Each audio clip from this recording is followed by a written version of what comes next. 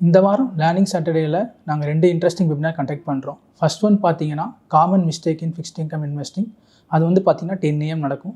அதே சமயத்தில் 11 AM இன்னொரு வெபினார் இருக்குது, the 1 crore journey only for those serious about 1 crore. இந்த 2 வெபினார்லையும் ஜாயின் பண்ணுறதுக்கு லிங்க் டிஸ்கிரிப்ஷனில் இருக்கும், மறக்காமல் அதை கிளிக் பண்ணி ஜாயின் பண்ணிக்கும். சம்பளம் குறைந்தால் SWP எப்படி உதவும்? இப்போ மாதம் ஒரு வீட்டு செலவு இருக்குது. சம்பளம் வரும்போது அந்த வீட்டு செலவு போக உள்ள மற்ற பணத்தில் தான் நம்ம எல்லா விஷயமும் செய்கிறோம். அதுக்கு முன்னாடி நம்ம ஒரு இன்வெஸ்ட்மெண்ட்டையும் பண்ணிடுறோம், சிஸ்டமேட்டிக் இன்வெஸ்ட்மெண்ட் பிளான் மூலமாக. ஏதோ ஒரு சந்தர்ப்பத்தினால இப்போ நடக்கிற இந்த ஐடி இண்டஸ்ட்ரி கிரைசிஸ் மாதிரி எல்லா இண்டஸ்ட்ரியிலையும் ஒரு கிரைசிஸ் வர்றது இயல்பு. பட் இப்போல்லாம் அந்த மாதிரி கிரைசிஸ் வந்தாக்கா அந்த கிரைசிஸ்லேருந்து சீக்கிரம் வெளியும் வர முடியுது. ஆனால் அந்த இடைப்பட்ட காலம் இருக்கு பாருங்கள், சில மாதங்களோ அல்லது ஓராண்டு காலமோ, அந்த பீரியடில் எப்படி மாதாந்திர செலவுகளை மீட் பண்ணுறது, இந்த கவலை நிறைய பேருக்கு வருது. நண்பர் ஒருத்தர் கேட்டார், வேலை போன உடனே எல்லா இன்வெஸ்ட்மெண்ட்டையும் வெளியே எடுத்துட்டோமா சார் அப்படின்னார். எதற்காக அப்படின்னு கேட்டேன். இல்லை, எனக்கு ஜாப் போயிடுச்சே.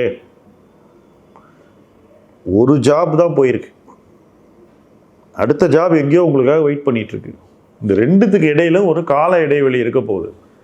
அந்த பீரியடுக்கு உங்களுக்கு வீட்டு மாதாந்திர செலவுக்கு ஒரு தொகை தேவை.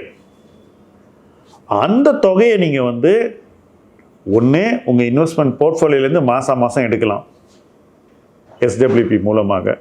இல்லாட்டி சப்போஸ் இது எவ்வளோ நாள் ஆகும்னு உங்களுக்கு தெரியல, கான்ஃபிடென்ஸ் இல்லை, அப்படி இருந்தாக்கா ஒரு ஆண்டு காலத்திற்கான பணத்தை உங்கள் போர்ட்ஃபோலியோலேருந்து சேஃபான ஒரு லிக்விட் ஃபண்டுக்கு மூவ் பண்ணிவிட்டு அங்கேருந்து மாதம் SWP பண்ணலாம். அப்போ என்ன ஆகும்னாக்கா, உங்களுடைய சம்பளம் எப்படி மாதம் வந்ததோ அதே மாதிரி உங்களுடைய மாதாந்திர செலவுக்கான தொகை மட்டும் இந்த அக்கௌண்ட்லேருந்து உங்களுக்கு வந்துடும்.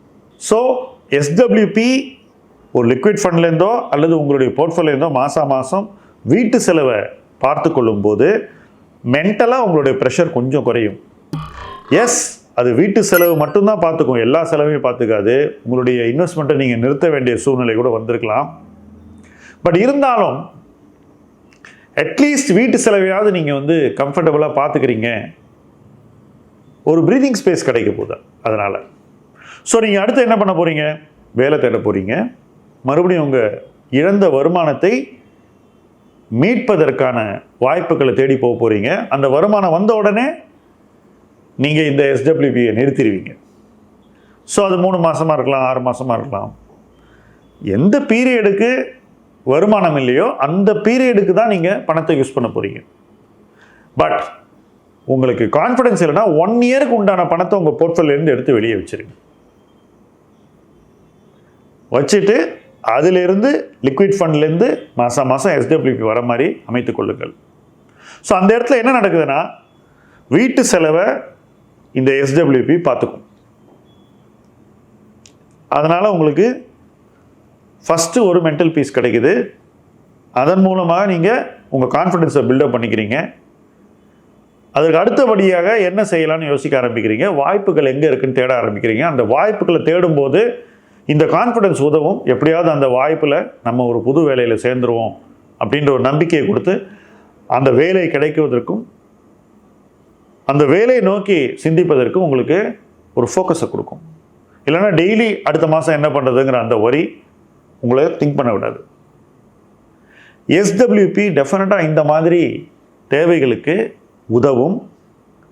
அதை பொறுப்பாக பயன்படுத்தணும். அதே சமயத்தில் வேலை கிடைச்ச உடனே அந்த SWPயை நிறுத்திட்டு பழையபடி SIPயை ரீஸ்டார்ட் பண்ணி ரீஇனிஷியேட் பண்ணி முதலீடு செய்யக்கூடிய அந்த மோடில் போனீங்கன்னா நீங்கள் வெளியில் எடுத்த பணத்தையும் திருப்பி சில மாதங்களில் உள்ளே போட்டுருவீங்க.